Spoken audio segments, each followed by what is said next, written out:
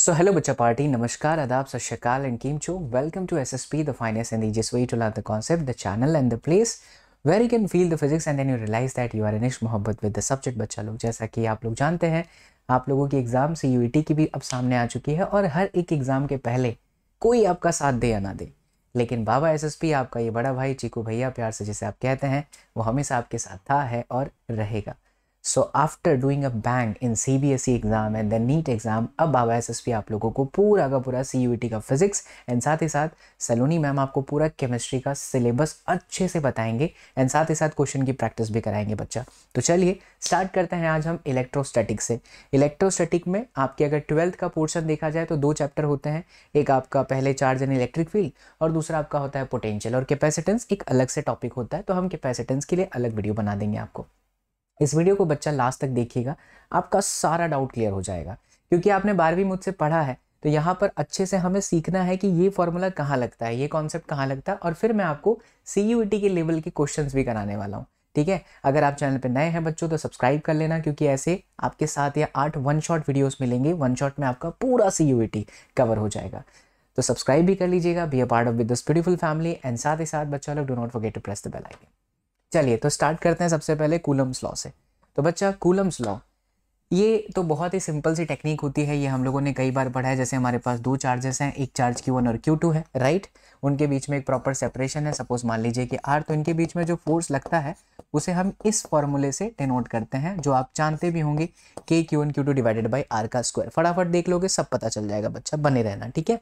यहाँ पर ये जो K होता है बच्चा, अब उसकी वैल्यू आपको पता होगी, 9 × 10⁹ न्यूटन मीटर का स्क्वायर अपॉन कूलम का स्क्वायर, और K की ही जगह पर लिखा जाता है 1/4 पाई एप्सिलॉन में नॉट, जहाँ पे एप्सिलॉन नॉट आपका परमिटिविटी ऑफ फ्री स्पेस होता है, और इसकी वैल्यू जो होती है वो 8.85 × 10⁻⁻12 कूलम स्क्वायर पर न्यूटन मीटर का स्क्वायर। नीट का लेवल जो है वो अगर यहाँ है तो CUET यहाँ है, इसीलिए आपको घबराना नहीं है। अगर आपकी NCERT अच्छे से कवर है बच्चा, तो आप बहुत अच्छे मार्क्स लेके आ सकते हो। 200 मार्क्स का पेपर होता है, आसानी से आप 50 क्वेश्चन जो आपके आएंगे, हर एक क्वेश्चन जो कितने 40 क्वेश्चन है, हर एक क्वेश्चन 5 मार्क्स से है, गलत पे आपका -1 है। तो theoretical single formula based question है, तो फॉर्मूला आपको पता चलना चाहिए कि कौन कहाँ का पर कैसे अप्लाई करना है। तो KQ1Q2 divided by R square, जहाँ पे K क्या है, ये है, एंड एप्सिलॉन नॉट आपका क्या है, परमिटिविटी ऑफ फ्री स्पेस। लेकिन प्यारे बच्चा पार्टी, अगर मैं यही कह दूं कि दोनों चार्ज पार्टिकल किसी मीडियम में है, यही दोनों चार्ज पार्टिकल किसी मीडियम में है जिसका डाई इलेक्ट्रिक कांस्टेंट हमें K दे रखा है, तब जो फॉर्मूला है वो चेंज हो जाता है, और वो फॉर्मूला होता है F/FM is equal to epsilon not is equal to capital K, जिस कैपिटल K को हम डाई इलेक्ट्रिक कांस्टेंट कहते हैं। ये कूलम्स लॉ हुआ, सबसे इंपॉर्टेंट टॉपिक में से एक है। इसी का दूसरा हिस्सा आता है वेक्टर फॉर्म, देखते चले जाइए और साथ साथ में लिखते भी चले जाइए। और ये जो मैं लिख रहा हूँ बच्चा, प्यारी सी खूबसूरत सी नोट्स, ये मैं टेलीग्राम में अपडेट कर दूंगा, टेलीग्राम से आप जाके इसे डाउनलोड कर सकते हैं, लिंक डिस्क्रिप्शन बॉक्स में है।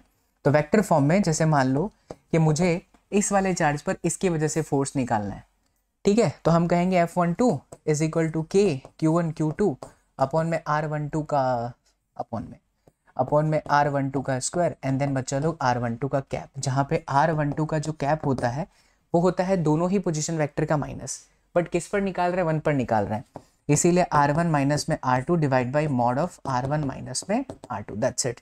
तो ये आपका R12 कैप हो गया। इसी तरह से R21 कैप में जाएंगे तो R2 माइनस में R1 होगा। ये तुम्हारे लिए हो गया बच्चा लोग वेक्टर फॉर्म। अब जैसे इसका कैसा क्वेश्चन आता है, मैं आपको एक क्वेश्चन भी दिखा देता हूँ ताकि आपको क्लैरिटी मिल जाए।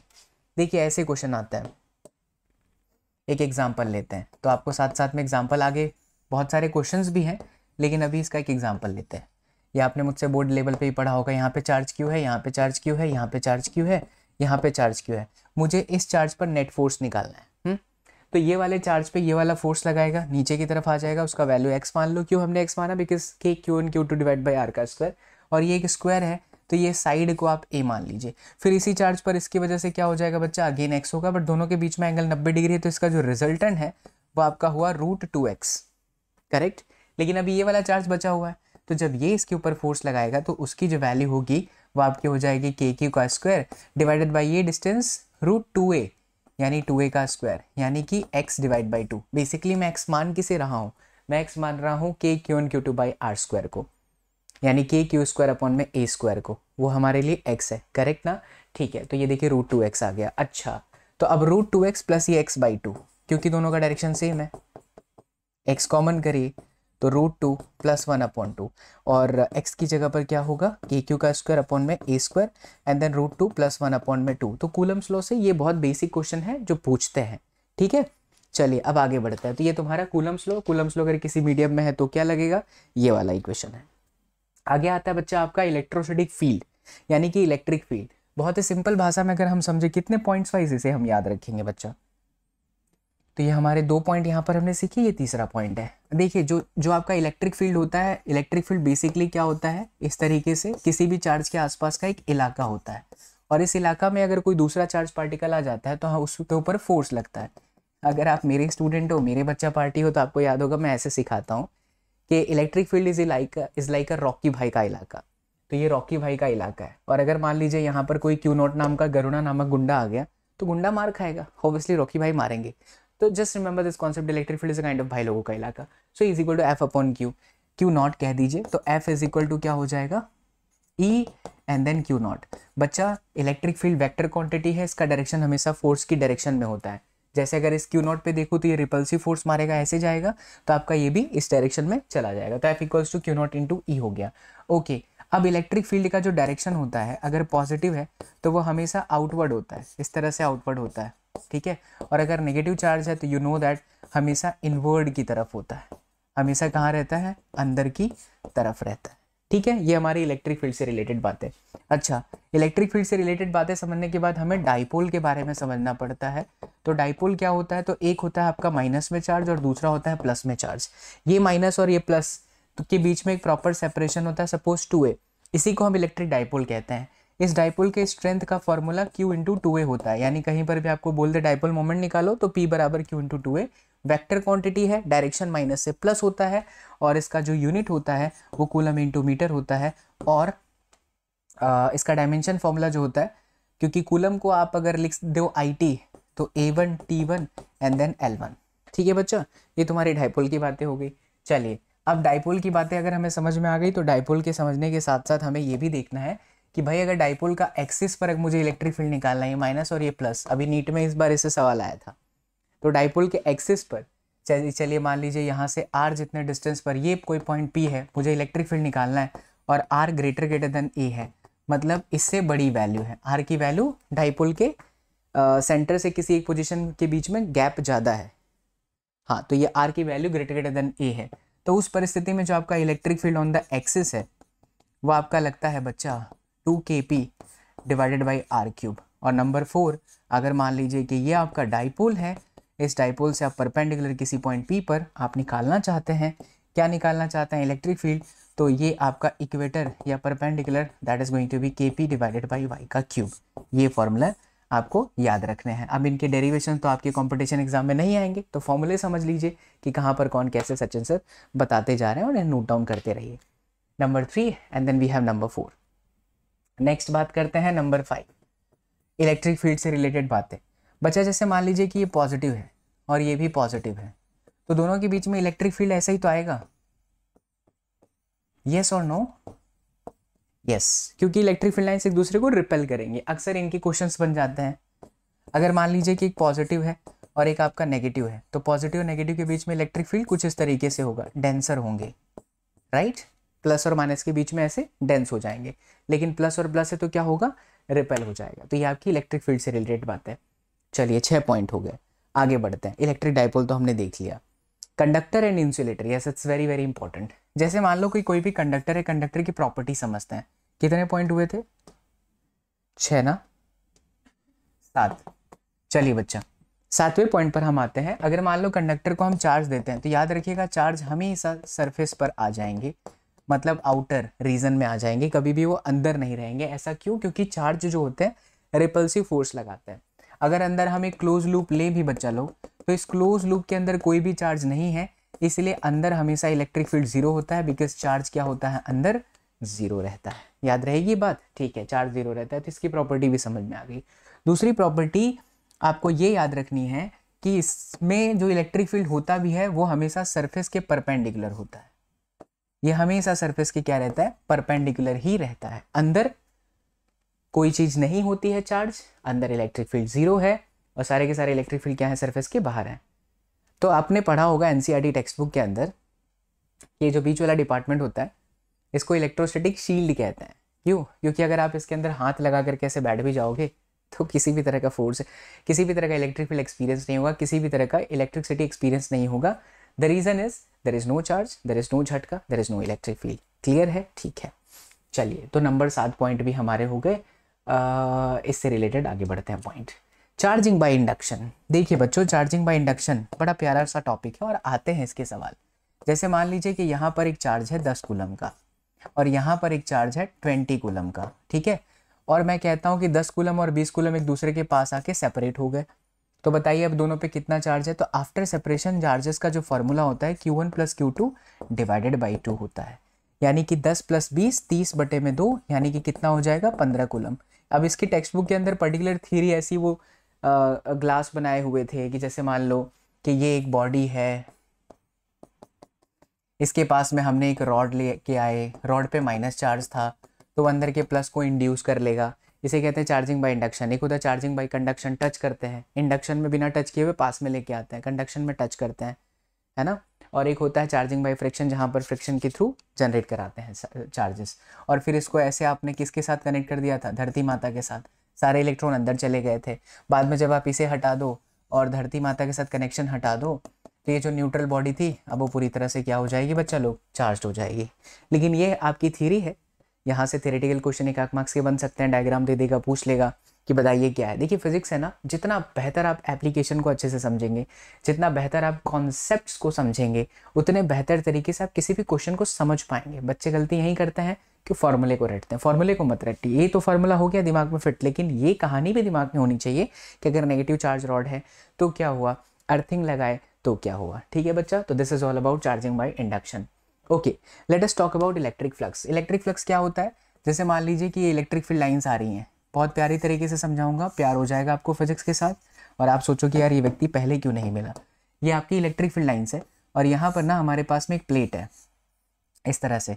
क्या ये सारी की सारी इलेक्ट्रिक फील्ड लाइंस इस वक्त इस प्लेट से परपेंडिकुलर है? हाँ जी, सारी इलेक्ट्रिक फील्ड लाइंस परपेंडिकुलर है। लेकिन अगर इसी प्लेट को बच्चा मैं ऐसे रखता तो देखिए, now the electric field lines, colour change कर लेते हैं, now this electric field lines are like this. तो चांसेस किस में ज़्यादा है कि इलेक्ट्रिक फील्ड लाइंस कट ज़्यादा से ज़्यादा किस परिस्थिति में कर सकता है? मेरे सवाल को समझेंगे तो मज़ा आएगा। हम ये पूछ रहे हैं, 2 पोजीशन है हमारे पास, पोजीशन नंबर 1, पोजीशन नंबर 2।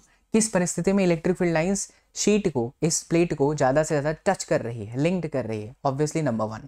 तो नंबर 1 में अगर आप इस प्लेट की एरिया देखिए, सरफेस के परपेंडिकुलर ऐसी है, यहाँ एरिया देखिए बच्चा लोग, ये एरिया ऐसी, और यहाँ एरिया सरफेस के परपेंडिकुलर ऐसी या तो ऐसी। दोनों ही सिचुएशन में आप देख सकते हैं कि जब इलेक्ट्रिक फील्ड और एरिया के बीच में एंगल 0 डिग्री है तब आपका इलेक्ट्रिक फ्लक्स, फ्लक्स का मतलब होता है number of field lines linking with the surface, तो यहाँ पर ज़्यादा है। तो हमारे पास 2 ऑप्शन है फ्लक्स को समझने का, एक है E.A और दूसरा होता है E×A। यहाँ आंसर आएगा EA sin थीटा और यहाँ आंसर आएगा EA cos थीटा।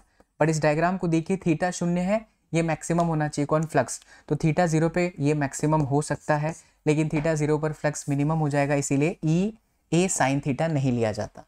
ये कोई किताब में बताता नहीं है, डायरेक्टली फॉर्मूला बताते हैं ये cos थीटा। लेकिन आज आपको मैंने बता दिया CUET के मेरे प्यारे बच्चा लोग कि भाई क्यों ऐसा होता है, क्योंकि सिचुएशन के हिसाब से थीटा ऐसा हो कि हमारा फ्लक्स 90 डिग्री हो जाए और वो पॉसिबल सिर्फ cos में है।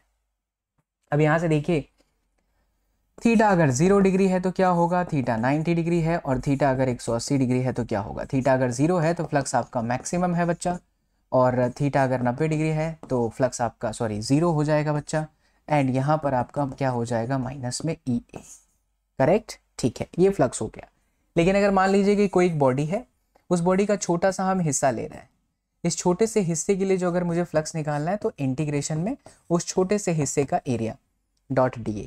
इसके साथ साथ एक और फ्लक्स से रिलेटेड बात याद रखिए, जैसे मान लीजिए कि कोई क्लोज बॉडी है, ये नीट में इस बार आया भी था। अब आप बोल रहे हो सर नीट का बता रहे हो, नीट का इसलिए बता रहा हूँ बच्चा बिकॉज नीट के लेवल से ही थोड़ा सा नीचे का लेवल आपका CUET का है, और ये CUET लेवल का क्वेश्चन है जो नीट में पूछा जाता है।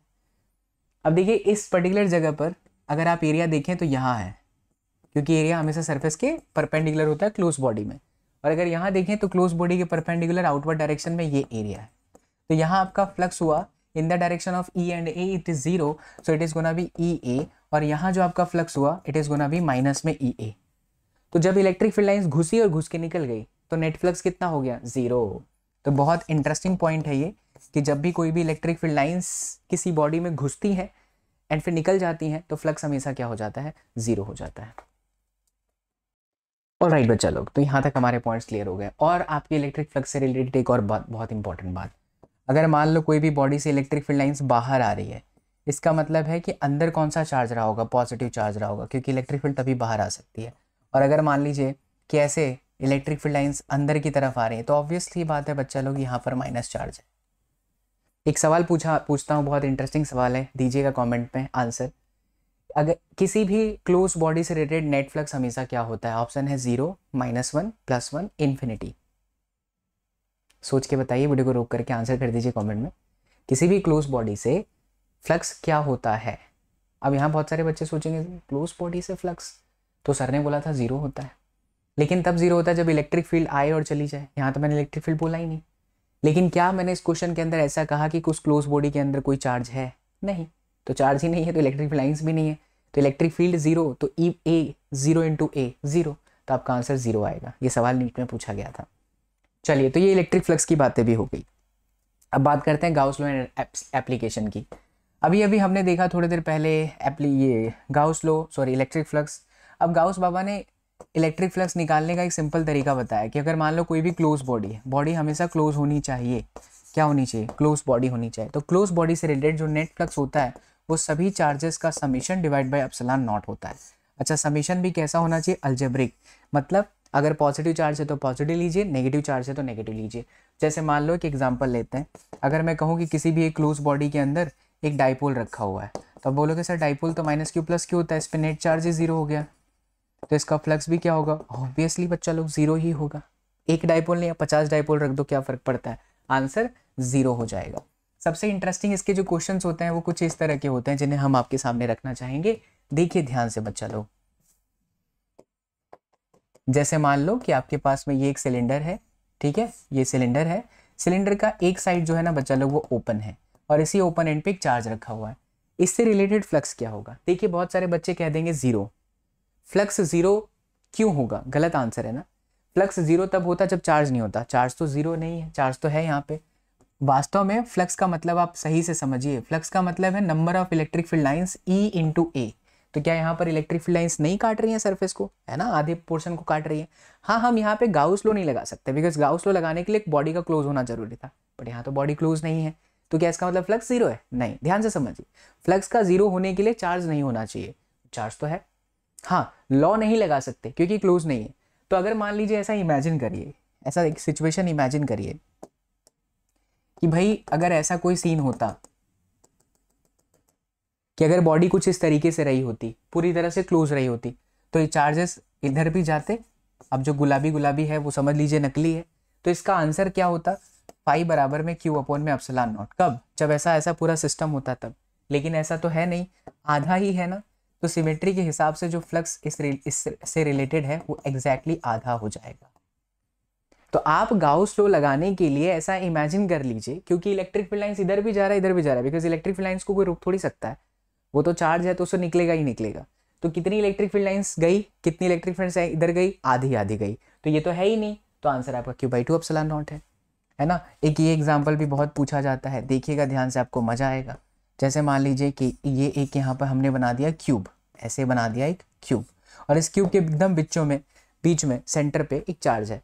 तो सेंटर पर अगर चार्ज है तो इस क्यूब से रिलेटेड फ्लक्स कितना हुआ, चार्ज ही बात है, एक ही चार्ज है तो Q/ε0 क्यूब से रिलेटेड। लेकिन किसी भी एक सरफेस से रिलेटेड कितना हुआ, या आप कह दीजिए किसी भी एक फेस से रिलेटेड कितना हुआ। जैसे फेस आप इसे कह दीजिए बॉटम वाले हिस्से को, ऐसे टॉप वाला हिस्सा ये रहा, ऐसे राइट साइड का एक हिस्सा है, राइट साइड का ये हिस्सा है, वैसे ही लेफ्ट साइड का ये हिस्सा है, वैसे ही फ्रंट और ये बैक पीछे की तरफ। कुल मिला के कितने हिस्से, 6। तो सबको इक्वली मिलेगा ना।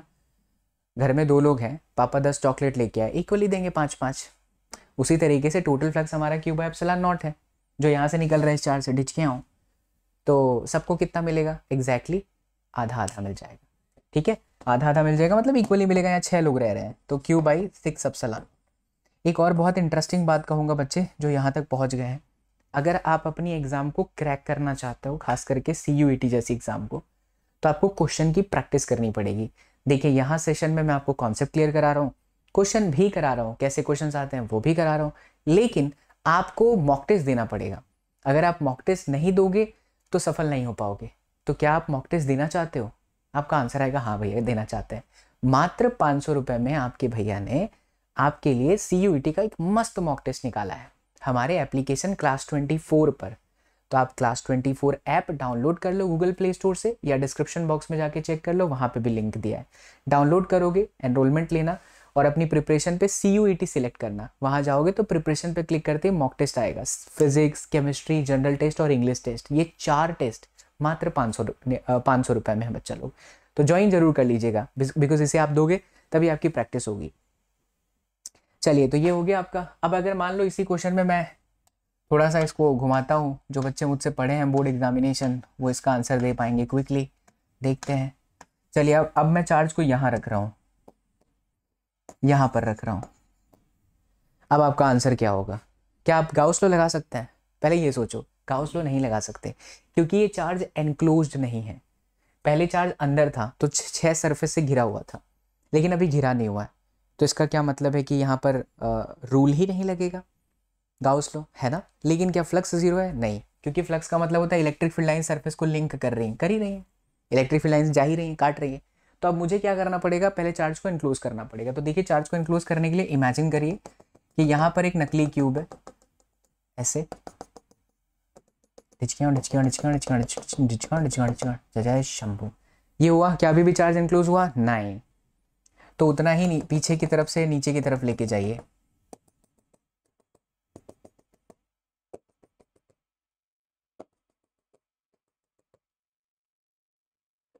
ब्लू है, पानी पानी पानी है ब्लू। क्या अब इनक्लोज हुआ?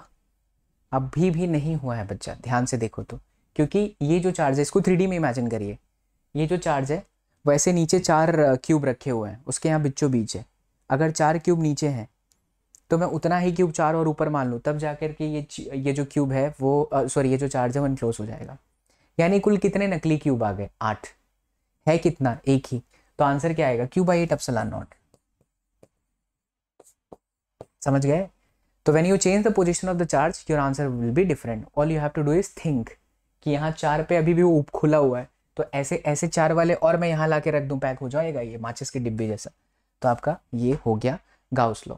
अब गाउस लॉ के एप्लीकेशन से रिलेटेड और भी कुछ पॉइंट्स हैं जो हम अपने स्लाइड पर डिस्कस करते हैं। आइए देखिए। जैसे बच्चा एप्लीकेशन में फॉर्मूले हैं, कहाँ कैसे क्या अप्लाई करना है वो देखते हैं। तो सबसे पहले हमारा होता है एक इनफाइनाइट वायर। अगर मान लीजिए एक इनफाइनाइट तार है, ठीक है, इनफाइनाइट तार है, तो इससे r डिस्टेंस पर जो आपका इलेक्ट्रिक फील्ड लगता है वो 2k λ/r है, जहाँ पर लैम्बडा लीनियर चार्ज डेंसिटी है। नंबर 2, अगर मान लीजिए कि वायर फिक्स लेंथ का है, तो फिक्स लेंथ में 2 केस होते हैं। पहला एक होता है इलेक्ट्रिक फील्ड पैरेलल इस वायर के, और एक होता है बच्चा परपेंडिकुलर। तो जो पैरेलल और परपेंडिकुलर होता है उसके फॉर्मूले देखिए एक जैसे थोड़े थोड़े लगते हैं, k λ/r k λ/r। अब आप एक टेक्निक सिखाता हूँ, मजा आ जाएगा। You will be in love with physics, प्यार हो जाएगा इस चैप्टर इस चैनल से पढ़ोगे तो। परपेंडिकुलर पेस एंड पैक, तो परपेंडिकुलर में साइन थीटा आता है, sine theta 1 plus sine theta 2, और इसमें बच्चा कॉस आता है। पैक देखो याद रखो, पेस एंड पैक, पैरेलल में कॉस परपेंडिकुलर में sine. So cos theta 2 minus में कॉस थीटा 1। अब ये क्या है? तो जैसे मान लो मुझे इस डिस्टेंस पर निकालना था यहाँ पर, तो मैं यहाँ से एक लाइन खींचूंगा, एंगल आएगा थीटा 1, यहाँ पर जाऊँगा एंगल आएगा थीटा 2, दोनों अपोजिट डायरेक्शन में है तो उनकी वैल्यू को एज इट इज़ रखिएगा। This is all about fix length का वायर है। तो अगर मान लीजिए एक साइड से इन्फिनिटी है और एक साइड से फिक्स है, ये plus plus plus plus plus plus, तो अब क्या होगा बच्चा? तो ये जो r डिस्टेंस है यहाँ पर अगर मैं जाऊँगा तो देखिए मेरा थीटा 1 कितना हो गया? थीटा 1 हो गया मेरा 90 डिग्री।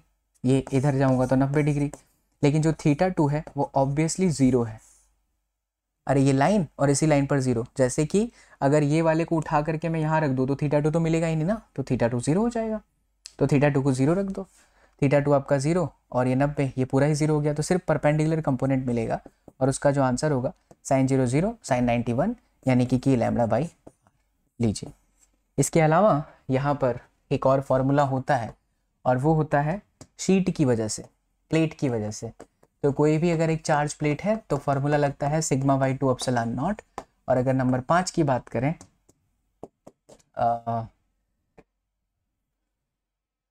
शीट के बाद क्या था, वायर शीट, हाँ स्फेरिकल शेल, तो याद है सब कुछ।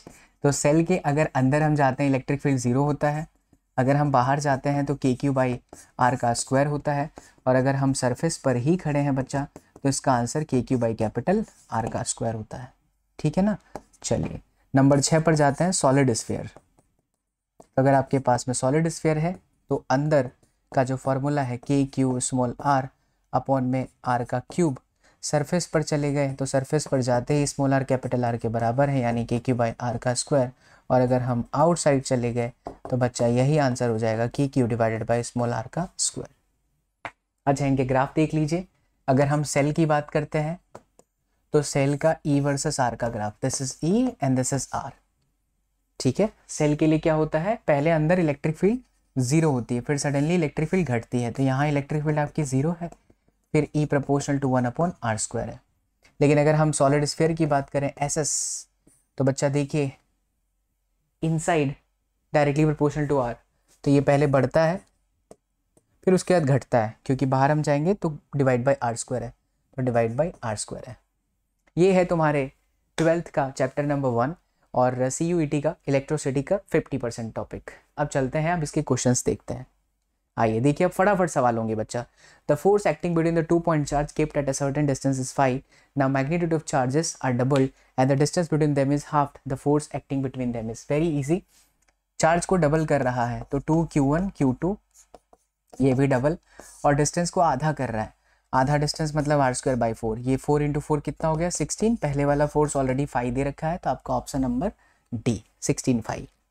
बिल्कुल ऐसे ही सवाल आएंगे। An electric dipole is placed in a uniform electric field. एक मिनट, डाइपोल से रिलेटेड एक चीज छूटी है, उसको कर लेते हैं।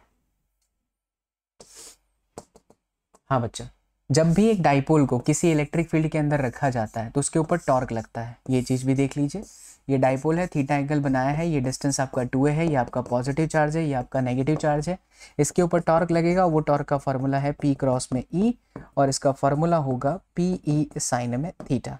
याद रखिएगा, टॉर्क लगेगा बराबर। इसके साथ एक और चीज़ कि अगर हम डाइपोल को रख देते हैं इस तरह से, और मान लो इसको θ1 से θ2 स्विच करना है, तो इसके ऊपर वर्क डन होता है, और वो वर्क डन होता है माइनस में PE कॉस θ2 माइनस में कॉस θ1। θ1 से अगर θ2 लेके जाना है तो ये इक्वेशन लगता है। इसके साथ एक कहानी याद रखना है आपको, स्टेबल और अनस्टेबल की। सो मेरे प्यारे लाल बाल गोपाल, अगर स्टेबल की हम बात करते हैं तो डाइपोल 0 डिग्री एंगल बनाता है, और अगर अनस्टेबल की बात करते हैं तो 180 डिग्री। नाम से पता चल रहा है स्टेबल, मैं सीधा हूँ, मैं स्टेबल हूँ, यानी कि ये डाइपोल पूरा ऐसे होगा θ0। अनस्टेबल मतलब ऐसे हो जाएगा, डाइपोल का डायरेक्शन माइनस से प्लस की तरफ। तो ये आपका हुआ माइनस में पोटेंशियल एनर्जी, माइनस से PE कॉस थीटा, तो माइनस में PE, और यहाँ पे हो जाएगा प्लस में PE। ठीक है, चलिए आगे बढ़ते हैं। अब हम करेंगे सवाल। कितना प्यारा आपको सब कुछ एक्सप्लेन कर दिया बच्चा, पूरा पहली बार पढ़ रहे हो तो भी हो जाएगा। इनफैक्ट आप 12वीं मुझसे पढ़े हो, है ना। तो आइए अगले सवाल पर चलते हैं। हम यहाँ बात करते हैं dipole is placed in a uniform resultant force acting on it. तो always be zero, depends on its relative position, never be zero, and depends on its dipole moment. पता ही चल जा रहा है कि डाइपोल इलेक्ट्रिक फील्ड में, uniform electric field, तो उसके माइनस और प्लस पे सेम फोर्स लगेगा, तो always be zero.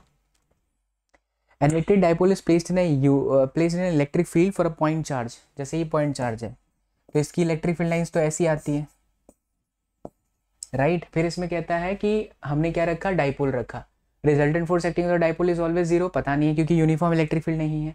Resultant force acting on the dipole may be zero, resultant force zero हो सकता है। Torque acting on it may be zero, torque may be zero. क्यों? क्योंकि जो टॉर्क का फॉर्मूला है वो आपका PE साइन थीटा है।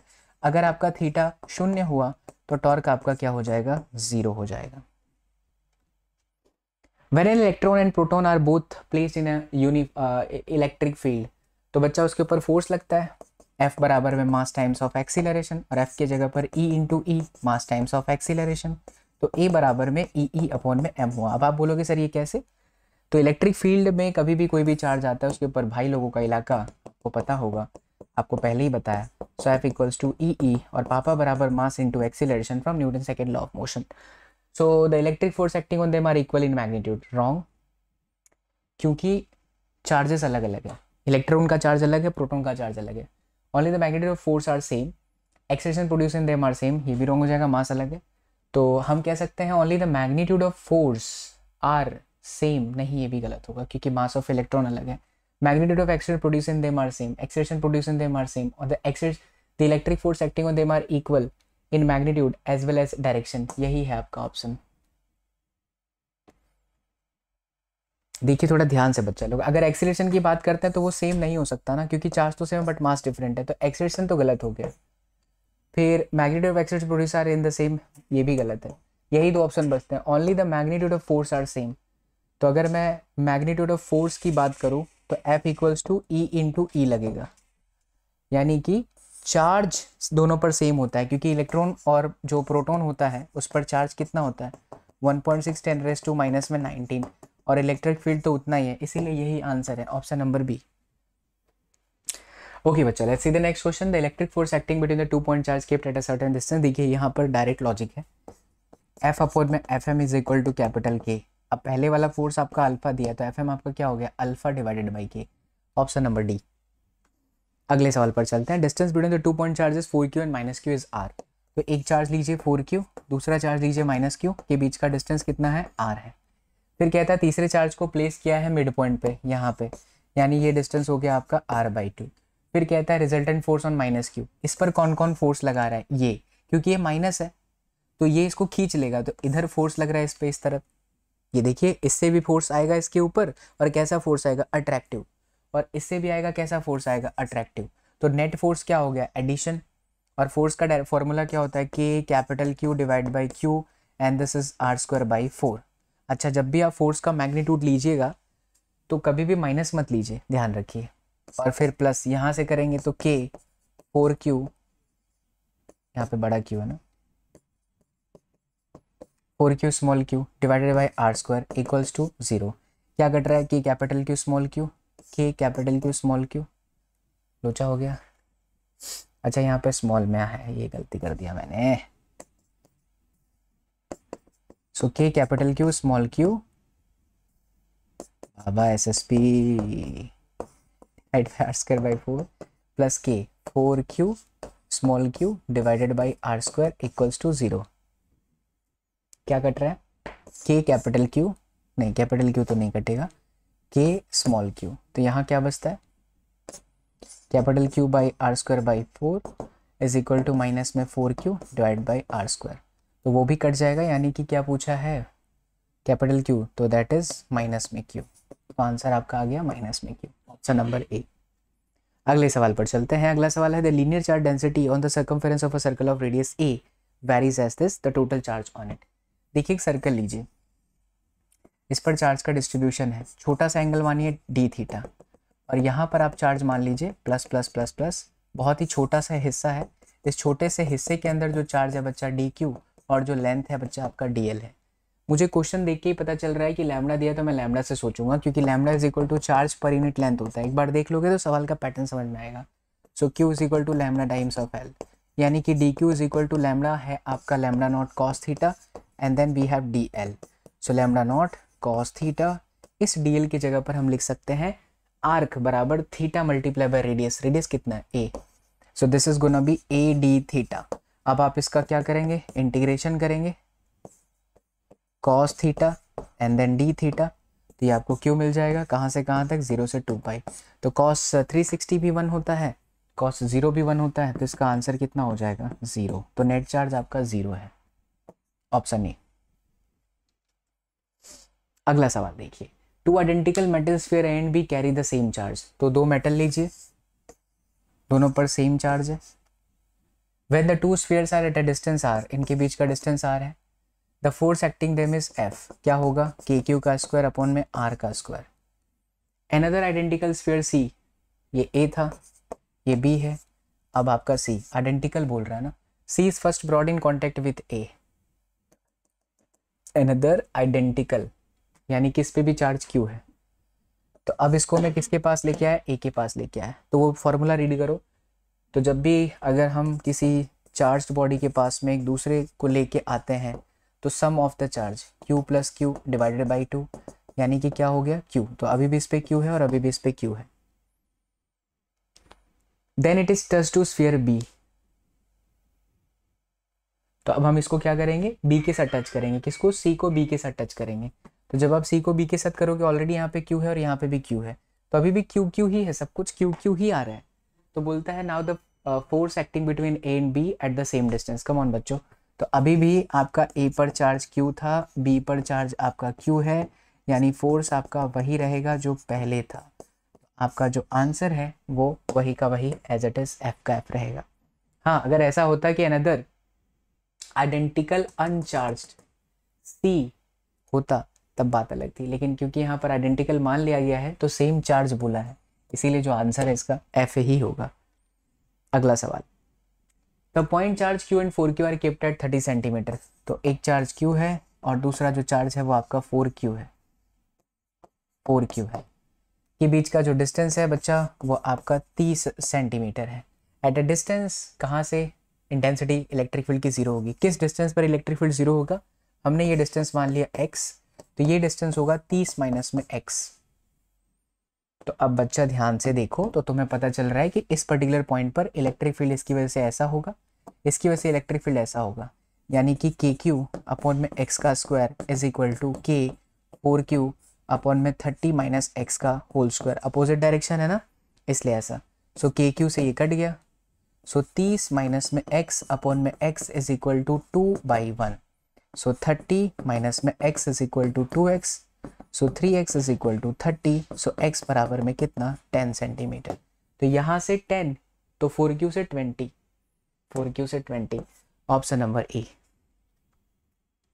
नेक्स्ट है डायमेंशन ऑफ परमिटिविटी। जैसा कि आपको पता है कूलम स्क्वायर पर न्यूटन मीटर का स्क्वायर, तो बच्चा कूलम यहाँ पर क्यू बोल रहा है तो क्यू का स्क्वायर इसका होता है m1 l1 t minus 2, that is the dimension formula of force, and then we have m2 which is l2, यानी आंसर हो गया m minus 1 l minus 3, m minus 1 l minus 3 t2 and then q2, ये आपका option number C. Next, the electric dipole moment of HCl atom is इतना, the charge on both the atoms are unlike and same magnitude, magnitude of this charge is very easy। तो dipole moment दे रखा है कितना है 3.4 into 10⁻⁻30 में 30, तो आपसे charge बोलता है Q, तो डिवाइड बाई 2 जो डिस्टेंस है वो एक एंगस्ट्रॉम यानी 10⁻⁻10 में 10, so 3.4 into 10⁻⁻20, answer is option number B. अगला सवाल, there exist an electric field इतना अलोंग द z डायरेक्शन, तो इलेक्ट्रिक फील्ड आपका z दिशा में है, ठीक है। फिर कहता है the flux passing through a square of 10 centimetre sides plates on X Y plane, तो अगर मैं इसे x लूँ इसे मैं y लूँ तो ये मेरा प्लेन है, ठीक है, जिसकी एरिया भी इसी डायरेक्शन में होगी z डायरेक्शन में। तो E इंटू ए फ्लक्स यही होता है, तो इलेक्ट्रिक फील्ड आपकी कितनी है 100 और फिर इंटू एरिया, तो एरिया आपका कितना है 10 का स्क्वायर 400 इंटू 10⁻⁻4, तो आपका आंसर हो गया 1, the answer is 1 newton metre square coulomb. अगला सवाल, the radius of conducting spherical shell is 10 mm। चलिए, तो एक हमने सेल बनाया, रेडियस हमें दे रखा है 10 mm, उसके ऊपर 100 माइक्रोकूलम का चार्ज है। फिर कहता है कि force acting on 10 microcoulomb charge placed at its centre, बच्चा सेंटर सेल है, सेल के अंदर इलेक्ट्रिक फील्ड होता ही नहीं है, आंसर 0, क्योंकि सारे के सारे चार्जेस कहाँ होते हैं सरफेस पर होते हैं। अगला, when a 10 microcoulomb charge is enclosed bye a close surface, तो 10 माइक्रोकूलम को एनक्लोज किया गया। The flux passing through the surface is 5, इससे पास होने वाला फ्लक्स 5। नाउ अनदर -10 इसके अंदर और रख दो, ऐसे ही देख के पता चल रहा है आंसर 0, क्योंकि flux sum of the charges के बराबर होता है और सम ऑफ चार्जेस इतना है, तो आंसर 0 हो गया। An electric dipole is placed at the centre of sphere, the flux passing through the surface of the sphere is, dipole रखा है, आंसर 0। अगला सवाल, to spheres carrying charge Q R hanging from a same point, ऐसे रखे हुए हैं, ठीक है। फिर ये है थ्रेड के साथ लगे हुए हैं 1-1 मीटर के। फिर कहता है स्पेस में गए जहाँ ग्रेविटी नहीं है तो लटकेगा ही नहीं, ऐसे फैल जाएगा। तो मैक्स टू मैक्स ये कितना फैल सकता है, 2 मीटर तक फैल सकता है। 1 point electric charge capital Q is placed at P, तो P पॉइंट के पास में एक चार्ज रखा है। A close surface is place near the point P, ऐसा नहीं बोल रहा है कि क्लोज सरफेस में ही चार्ज है, P के नज़दीक में क्लोज सरफेस है, ऐसा कह रहा है यहाँ पर। तो इसका क्या मतलब हुआ, नेट फ्लक्स आपका अगेन क्या हो जाएगा बच्चा लोग, 0, क्योंकि वो चार्ज एनक्लोज्ड नहीं है। अगला सवाल, अगर एक चार्ज को n-1 कॉर्नर्स ऑफ पॉलीगॉन पे रखा जाए, पॉलीगॉन कुछ भी हो सकता है, हमने एक स्क्वायर मान लिया, यहाँ चार्ज रखा, यहाँ चार्ज रखा, यहाँ चार्ज रखा, n बराबर 4 मैंने माना, तो n-1 मतलब 3 जगह पर ही चार्ज को रखा, तो ये दोनों एक दूसरे के इम्पैक्ट को काट लेंगे, ये बचेगा kq/r²। सर आपने क्या बोला, इसकी वजह से यहाँ पर इलेक्ट्रिक फील्ड ऐसे, इसकी वजह से इलेक्ट्रिक फील्ड यहाँ पर ऐसे है, तो नेट आपका कितना 0 हो गया इन दोनों की वजह से, तो ये बच गया, तो kq/r²। अगला सवाल है when two spheres having 2q - q are placed at a certain distance the force between them is F। तो चलिए F बना लेते हैं k 2q का स्क्वायर अपॉन में r², equation number 1। Now they are connected by a conducting wire and again spread from each other, दोनों को wire से जोड़ दिया, तो 2q - q/2 यानी कि q/2 और सेम डिस्टेंस पर है, तो ये आपका हो गया F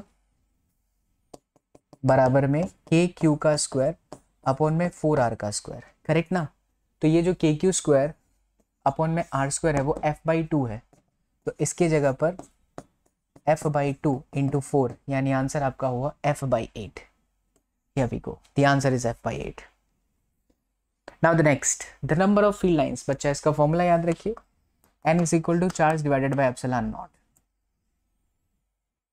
तो चार्ज आपका 1 कूलम है, तो 1 एप्सिलॉन नॉट आपका ऑलमोस्ट 9 × 10⁻12 मानिए, तो 9 में 1 का भाग करिए, 0.0, 9 1 कम 1 पॉइंट समथिंग आना चाहिए, 1.13 10⁻11। So for these kind of question, do not go for the entire solution. Just take a assumption 1/9 because 8.85 is close to 1. Sorry 9. So 9 divide by ये कर देंगे तो आपका 1.13 इंटू 10⁻11 होगा। 10⁻19 electrons are remove from a neutral metal plate. एक body है जिसमें से 10 की घात 19 इलेक्ट्रॉन रिलीज हुए। अब यहाँ पर चैप्टर का स्टार्टिंग का फॉर्मूला जो कि बोर्ड लेवल में आप पढ़े हो, जब भी कोई बॉडी रिलीज करती है इलेक्ट्रॉन्स को तो वो स्वयं प्लस हो जाती है, क्योंकि एन आपका 1.10⁻19 है, ये 1.6 10⁻19 है, तो प्लस 1.6 आएगा। अगर यही एक्सेप्ट करता तो आपका आंसर Q = -NE हो जाता, right. A charge Q is placed at the centre of a cube, तो Q/ε0 from any one surface, the answer is Q/6ε0। The liquid drop of mass m has a charge Q. What should be the magnitude of electric field along the E to balance this drop? तो एक drop है जिसका charge Q है, मास आपका m है, तो नीचे की तरफ इस पर फोर्स लग रहा होगा mg और इलेक्ट्रिक फील्ड की वजह से लग रहा होगा QE, तभी ये बैलेंस रह सकता है। तो ये हुआ E I am taking in place of Q equals to G। So the question is electric field, no mg/E, mg/Q। This question answer you can easily give. Positive and negative is there, so the answer is 0. Very easy. Next, again यहाँ पर हम लगाने के लिए ऐसा imagine कर लेंगे तो आपका आंसर क्या हो जाएगा, Q/2ε0। चलिए, तो सारे आंसर आप मैच कर सकते हैं यहाँ पे। अब हम आगे बढ़ेंगे बच्चा पार्टी, थैंक यू बोल तो रहे हैं, लेकिन आगे हम करेंगे अभी इलेक्ट्रोस्टैटिक पोटेंशियल। चलिए बच्चा, अब अगर आपके बोर्ड पॉइंट ऑफ व्यू से मैं बात करूँ तो ये आपके एनसीईआरटी का दूसरा चैप्टर है, लेकिन सीयूईटी और नीट लिहाज से ये आपका इलेक्ट्रोस्टैटिक का हिस्सा है। तो इसी स्लाइड में मैं आपको पोटेंशियल से रिलेटेड सारे कॉन्सेप्ट समझा दूंगा, देखना ध्यान से, मजा आ जाएगा, सारे क्वेश्चन आपसे बनेंगे। पोटेंशियल क्या है, पोटेंशियल डिफरेंस क्या है, पोटेंशियल एनर्जी क्या है और वर्क डन क्या है, ये सारी चीज़ें इंटर रिलेटेड करती हैं, एक दूसरे से सब मिक्स रहते हैं। तो इसका एक अच्छा सा कॉन्सेप्ट देख लोगे तो कभी गलती नहीं होगी। बहुत सारे लोग इसे गलत तरीके से पढ़ा देते हैं, आपको यहाँ पर सही करता हूँ। वैसे बोर्ड लेवल पे आप मुझसे पढ़े हो तो आपको याद भी आएगा थोड़ा थोड़ा। जैसे यहाँ पे एक चार्ज है तो ये अपने आसपास इलेक्ट्रिक फील्ड छोड़ रहा है, करेक्ट है ना, ठीक है। इसने अपने आसपास क्या छोड़ दिया, इलेक्ट्रिक फील्ड छोड़ दिया। इस तरह से इलेक्ट्रिक फील्ड निकल रही है, हर जगह पे जा रही है। यहाँ से इन्फिनिटी पर मान लीजिए कि यहाँ पर इन्फिनिटी पर एक हमारे पास चार्ज है Q, और इसे मुझे इन्फिनिटी से यहाँ पर्टिकुलर कोई पॉइंट P पे लेके आना है। कहाँ से? इन्फिनिटी से इस P पॉइंट पे ले आना है, जिसकी दूरी, जिसका डिस्टेंस इस चार्ज से इतना है। तो बच्चा दो तरीके होते हैं समझने के कि ये यहाँ से अपने आप आ सकता है क्या? नहीं, मुझे इस पर काम करना पड़ेगा, क्योंकि ये चार्ज इसके वजह से रिपल्सिव फोर्स को फील कर रहा है, तो मुझे इस पर काम करना पड़ेगा। तो जो भी हम काम करते हैं इन्फिनिटी से P पॉइंट पे लाने के लिए, वही काम as a potential energy stored होता है, और वो जो पोटेंशियल एनर्जी होता है वो चेंज इन पोटेंशियल एनर्जी के बराबर होता है। यानी कि फाइनल पोटेंशियल एनर्जी माइनस में इनिशियल पोटेंशियल एनर्जी, और पोटेंशियल एनर्जी का जो फॉर्मूला होता है फाइनली वो यहाँ पर आ गया। इसीलिए के capital Q small q upon में R, और इनिशियली वो इन्फिनिटी पर था तो यहाँ पर इनफाइनाइट है। देखिए 90% केसेस ऐसे होते हैं कि पोटेंशियल एनर्जी में आप लिखते हो 10 जूल, बट वास्तव में 10 जूल नहीं है, 10 माइनस 0 जूल है, क्योंकि वो स्टार्टिंग पोजीशन उसकी कहाँ रहती है? इन्फिनिटी पर रहती है। जरूरी नहीं है हर बार इनिशियल जो पोटेंशियल एनर्जी वो इन्फिनिटी पर ही हो। हाँ, इन्फिनिटी पर होगा तो यह 0 हो जाएगा। तो ये जो आपका वर्क डन इनफाइनाइट से लेके P तक है, ये एक्सटर्नल एजेंसी के थ्रू हुआ है, एक्सटर्नल एजेंसी के थ्रू हुआ है। अगर मैं यहाँ से कॉमन कर दूँ बच्चा स्मॉल q, तो ये बन जाता है K capital Q by R minus में K capital Q divide by infinity, और इसे हियर ये जो आपका K capital Q by R है, इसे उस पर्टिकुलर पॉइंट का पोटेंशियल कहते हैं। यानी एक्सटर्नल एजेंसी के थ्रू जो भी वर्क डन होता है वो होता है जिस चार्ज को आप दौड़ा रहे हो, फाइनल पोटेंशियल माइनस में initial potential is equal to change in potential energy. लेकिन अगर आप कुछ नहीं करते, इस चार्ज को यहाँ लाके छोड़ देते, तो ये वापस उसको रिपेल करके धकेल देता। वो होता है इलेक्ट्रोस्टैटिक फील्ड की वजह से वर्क डन, यानी कंजर्वेटिव फोर्स की वजह से वर्क डन। तो कंजर्वेटिव की वजह से जो वर्क डन हुआ वो जाहिर सी बात है, ऐसे ला रहे हो तो एक्सटर्नल है, ऐसे चला गया तो अपोजिट है, मतलब कि दोनों एक ही है, सिर्फ है साइन का चेंज। तो याद रखिए बच्चा लोग, अगर कुछ नहीं बोल रहा है तो इसका मतलब है कंजर्वेटिव वर्क डन बोल रहा है, और कंजर्वेटिव में negative of Q into VF minus में VI होगा, और एक्सटर्नल में Q VF माइनस में VI होगा। एक शानदार एग्जाम्पल इसका लेते हैं तो आपको पता चलेगा कि ऐसे क्वेश्चन को कैसे डील करते हैं। यहाँ पर प्लस Q है, यहाँ पर माइनस Q है, ये डिस्टेंस आपका L है, ये डिस्टेंस आपका L है। मैं कहता हूँ कि इस माइनस Q चार्ज को मुझे L जितने आर्क में उठा के यहाँ पे लेके आना है, ठीक है। इस माइनस Q को ऐसे L जितने आर्क में उठा के इस पोजीशन पर ले आना है, फाइनल पोजीशन है पॉइंट P। तो कितना पोटेंशियल एनर्जी में चेंज हुआ? तो कितना पोटेंशियल एनर्जी में एक्सटर्नली चेंज हुआ वो होगा किस चार्ज को दौड़ा रहे हो आप? तो चलिए 1 कूलम चार्ज मान लेते हैं। तो 1 कूलम चार्ज Vp माइनस में Vi, तो 1 कूलम चार्ज, इस फॉर्मूले के हिसाब से चल रहा हूँ। Vp का मतलब हुआ इस पॉइंट पे पोटेंशियल, तो इस पॉइंट पे पोटेंशियल जरा देखिए किसकी वजह से मिलेगा? इसकी वजह से मिलेगा। तो K माइनस में Q डिवाइड बाई 2L, और किसकी वजह से मिलेगा? इसकी वजह से मिलेगा, प्लस में KQ divide by 2L plus ये L प्लस ये L, 2L प्लस L, यानी कि 4L हो गया। और इनिशियली तो बच्चा लोग ये यहाँ था, हमने ऐसा बोला ही है, मान लीजिए इस तरह से बोला है, तो अगर वो इनिशियल यहाँ पर है तो इसकी वजह से 0 ही हो जाएगा, तो ये आपका आंसर हो जाएगा। तो इसी वाले फॉर्मूले में सब कुछ छुपा हुआ है, पोटेंशियल भी है, पोटेंशियल डिफरेंस भी है, वर्क भी है, चेंज इन पोटेंशियल एनर्जी भी है। आपके दिमाग में कॉन्सेप्ट ये रखना है कि अगर कोई भी चार्ज दिया हुआ है और उसमें मैं किसी चार्ज को उठा करके चला करके लेके आ रहा हूँ, तो मैं पोटेंशियल निकाल सकता हूँ, मैं वर्क डन निकाल सकता हूँ, हम पोटेंशियल एनर्जी निकाल सकते हैं, work done by external source निकाल सकते हैं, सारी चीज़ें निकाल सकते हैं with the help of this 2 formula. Electrostatic potential energy अभी अभी आपने देखा, U is equal to K Q1 Q2 upon में R। ये हमेशा बच्चा याद रखिएगा साइन के साथ लेना है, use sign convention, sorry sign of charge. यानी कि अगर चार्ज पॉजिटिव है तो पॉजिटिव लेंगे, अगर चार्ज नेगेटिव है तो हम नेगेटिव लेंगे। और हमेशा ये नंबर ऑफ चार्ज के पेयर्स पे डिपेंड करता है, n(n-1/2)।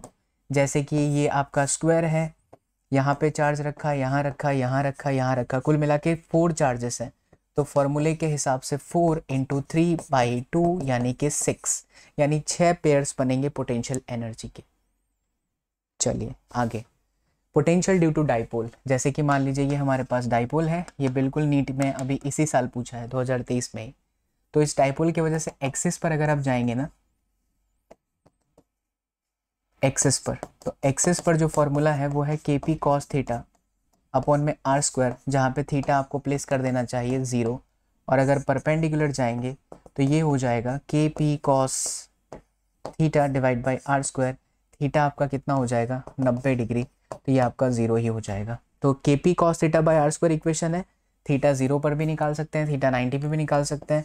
इवन अगर हम एंटी पैरेलल जाएं, यानी कि डाइपोल का डायरेक्शन माइनस से प्लस की तरफ होता है, बट अगर मैं अगेंस्ट चला जाऊं, यहाँ पर चला जाऊं, तो 180 डायरेक्शन हुआ, एंगल हुआ, तो ये के पी कॉस में 180 डिवाइड बाई आर स्क्वायर, मतलब कि माइनस में के पी बाई आर स्क्वायर। चलिए अगला, dipole and a system of charge, already we have studied. Equipotential surface, very easy concept.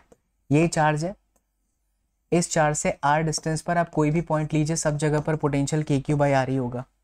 चाहे ये पॉइंट को आप कह दो क्यू, चाहे ये पॉइंट को आप कह दो आर, हर जगह पर K Q by R, K Q by R and बच्चा के क्यू बाई आर ही होगा। So there is no potential difference, यानी कि इक्विपोटेंशियल सरफेस एक ऐसा सरफेस है जिसके हर एक जगह पर पोटेंशियल क्या होता है, एक जैसा होता है। और अगर हम इलेक्ट्रिक फील्ड की बात करें तो वो जो इलेक्ट्रिक फील्ड होता है वो हमेशा सरफेस के क्या रहता है बच्चा लोग, परपेंडिकुलर रहता है। Correct, it is always perpendicular to the surface. ठीक है, पोटेंशियल एनर्जी अभी आपने देखा था, U is equal to minus में पी डॉट में ई माइनस में पी ई कॉस थीटा। ये आपको स्टार्टिंग में ही बताया मैंने। दो कंडीशन है, थीटा 0 तो क्या होगा, थीटा 180 तो क्या होगा। तो 0 पे आपका स्टेबल है और 180 पे आपका ये क्या हो जाएगा, अनस्टेबल हो जाएगा। चलिए, potential energy in an external field, ये भी हमने कर लिया। लेकिन ये बहुत इंटरेस्टिंग है, ये आपके एनसीईआरटी टेक्स्ट बुक का भी कॉन्सेप्ट है। अगर मान लो कि ऑलरेडी कोई एक इलेक्ट्रिक फील्ड है और उसमें अगर आपके पास में कोई चार्ज है, सपोज Q1 और Q2, तो इसकी जो पोटेंशियल एनर्जी होती है वो आपकी Q1 Q2 अपॉन में के Q1 Q2 अपॉन में R12 तो रहेगा इसके बीच का, प्लस बच्चा, क्योंकि ऑलरेडी इलेक्ट्रिक फील्ड है तो इलेक्ट्रिक फील्ड की वजह से भी जो पोटेंशियल एनर्जी आएगी वो निकल करके आएगी Q इंटू वी के बराबर, Q1 इंटू वी के बराबर प्लस Q2 इंटू वी के बराबर।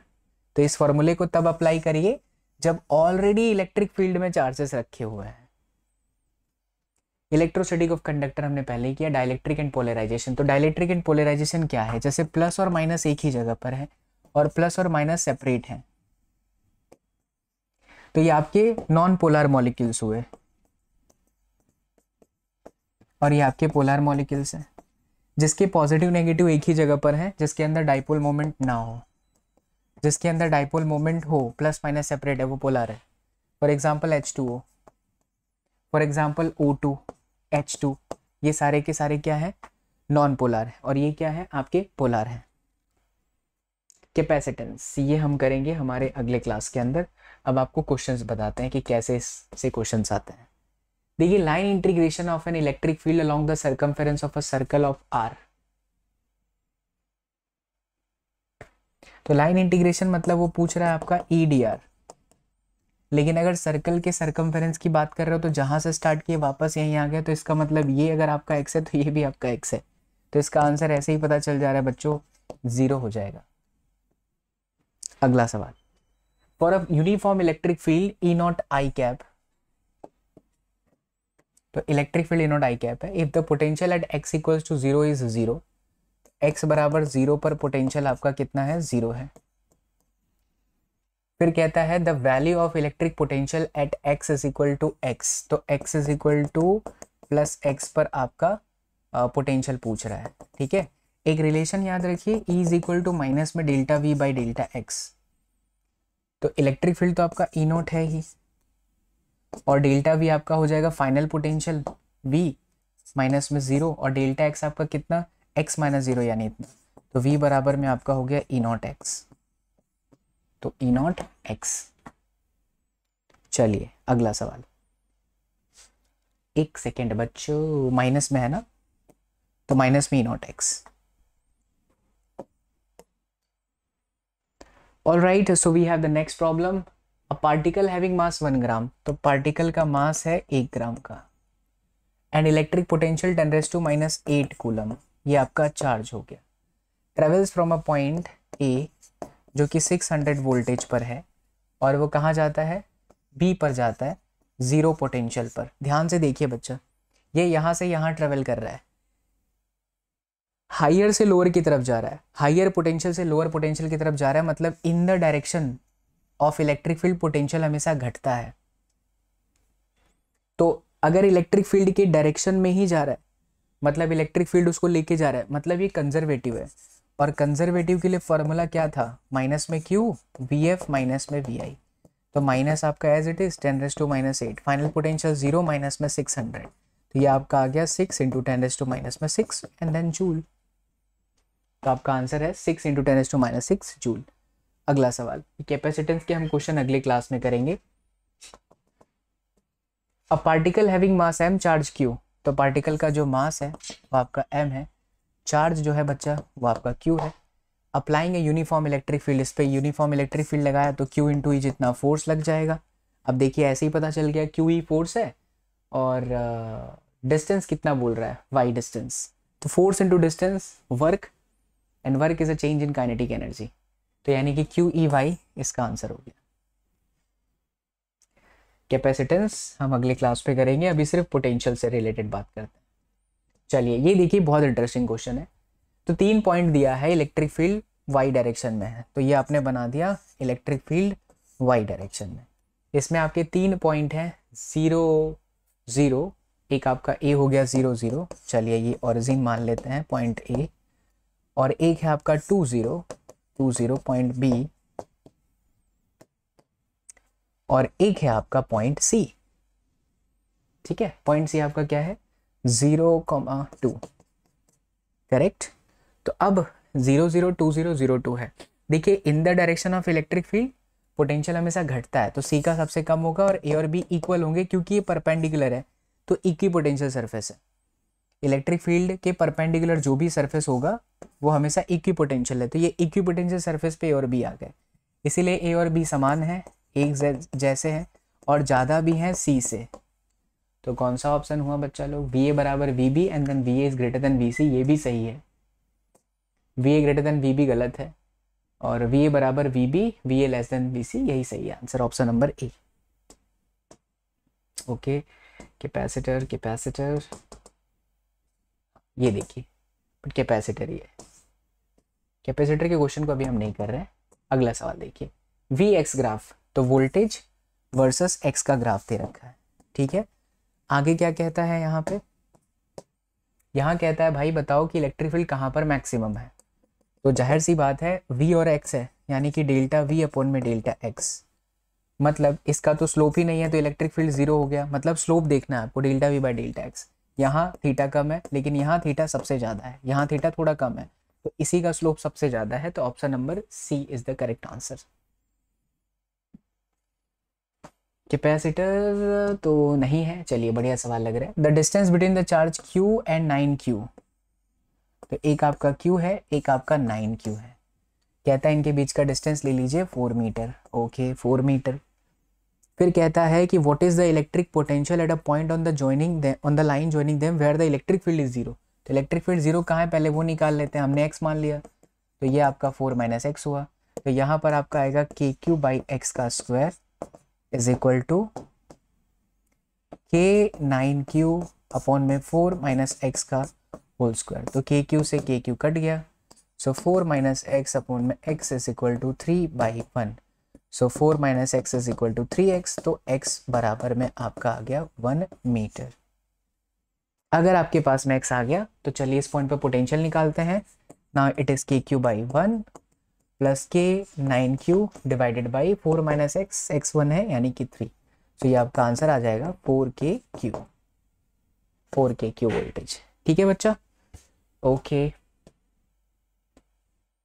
Potential potential potential, here we go. 2 metallic spheres of radius r1 and r2, 2 metallic sphere लीजिए, रेडियस r1, दूसरे का रेडियस है आपका r2, कनेक्ट हुए हैं वायर के साथ। जब वायर के साथ कनेक्ट होते हैं तो इनके वोल्टेज सेम हो जाते हैं, यानी हम कह सकते हैं Q1 upon R1 equals to Q2 upon में R2, यानी हम कह सकते हैं Q1 अपॉन में Q2 is equal to R1 upon में R2। अभी तक ये कह सकते हैं। फिर बोलता है electric field on their surface are E1 E2 respectively. तो अब इनके सरफेस पर इलेक्ट्रिक फील्ड क्या है, तो Q1 अपॉन में R1 का square and then R2 square upon में Q2। ये मैं कैसे कर रहा हूँ, simple, by applying the formula KQ by R square. तो बच्चा देखिए ध्यान से, Q1 अपॉन में Q2 की जगह पर क्या हो गया, R1 अपॉन में R2, तो ये कट जाएगा, तो ये आएगा R2 divided by R1, R2 divided by R1, option number A. Alright, let's switch to the next one, capacitor से रिलेटेड है। सो दैट्स इट बच्चा। देखिए सिर्फ और सिर्फ 1 घंटे में आपको पूरा इलेक्ट्रोस्टैटिक करवा दिया एंड कैसे क्वेश्चन आपके CUET में आते हैं वो भी करवा दिया। अब बच्चा आपका काम है वीडियो को पूरा अच्छे से देख करके चैनल को सब्सक्राइब कर लेना। एंड हमारे 2 और ब्यूटीफुल चैनल है फिजिक्स के ट्रिक्स के लिए एंड SSP नॉलेज हब, जहाँ पर मैं आपको करियर से रिलेटेड गाइडेंस देता हूँ, तो इन्हें भी जरूर सब्सक्राइब कर लीजिएगा। एंड क्लास 24 ऐप से मॉक टेस्ट को खरीद करके प्रैक्टिस करना ना भूलें। मॉक टेस्ट को खरीद लोगे आप तो उसमें क्या होगा, आपके क्वेश्चन की प्रैक्टिस और अच्छे से हो जाएगी। तो जब आप CUET में बैठोगे एग्जाम देने तब आपको प्रॉब्लम नहीं आएगा, आपको सारी चीज़ें समझ में आ रही होंगी। ठीक है, इस वीडियो को शेयर भी करिएगा, अपना प्यार भी जरूर दीजिएगा। अब अगला जो वीडियो आएगा वो आपको कल मिलेगा, but for that do a maximum comment बच्चा लोग, because this hard work is for my Lal Bal Gopal. So see you all in the next class. Till then, do whatever you want to do, man. But don't trouble your mom. Take care. Love you all. Bye bye. Jai Hind.